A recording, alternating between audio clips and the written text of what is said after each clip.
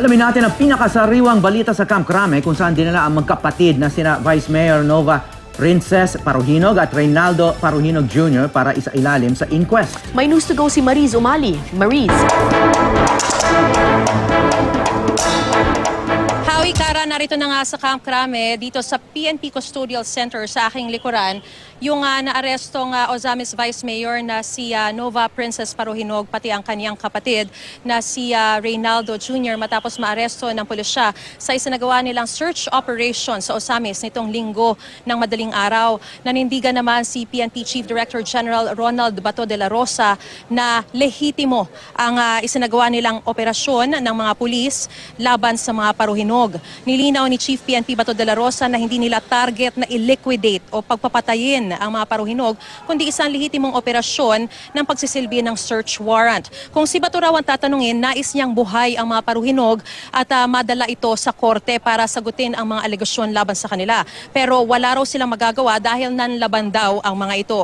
Dinepensahan din ni Chief PNP Bato ang kaniyang mga tauhan na nagsilbi ng search warrant ng alas 2:30 ng madaling araw. Aniya, kahit anong oras daw ay legal na oras para magsilbi ng warrant. Depende kung saan makakakuha ng maximum advantage ang mga pulis at hindi magli-leak ang operasyon. Pero sinabi ni Chief PNP Bato de la Rosa na hindi tama na pinagpuputol ang CCTV bago isilbi ang warrant. Ayon naman kay CIDG Chief Police Director Roel Obusan, nagkataon lang daw na halos pareho ang pangyayari sa operasyon laban kina dating Albuera late Mayor Rolando Espinosa Sr. at sa mga Paruhinog. Parehong mayor, parehong CIDG ang nagsilbi ng warrant at parehong madaling araw isinilbi. Pero paninindigan nila, sinunod nila ang tamang proseso sa pagsisilbi ng warrant.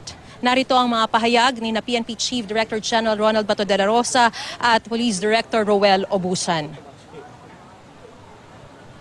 Totoo po ba na pinagtatanggal muna yung mga CCTV at tama po ba yun? Wala ako doon noong nangyari. Hindi ko alam kung talaga pinagtatanggal. Kung sinatanong mo ako kung tama ba yun na pagtatanggalin, hindi tama. Hindi nawawala yung comparison. Parang yung ginawa kay Mayor Espinosa at kay Mayor Paruhinog. How do you take that, sir? Dalawa lang ang the same dun eh. Parehong mayor, parehong CIDG. Iba, all others, iba na. So, ako naman ay natuto na doon sa operation na nangyari doon sa Albuera. So, I will not be committing the same mistake.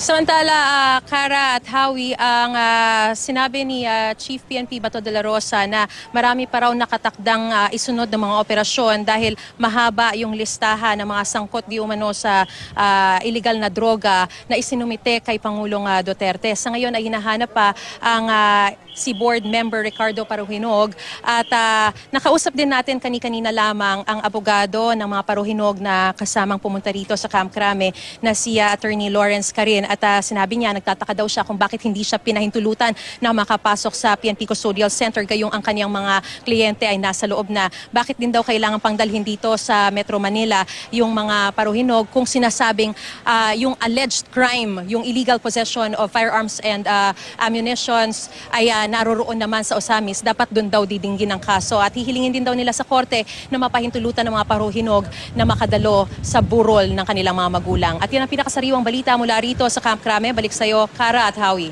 Maraming salamat, Mariz Umali.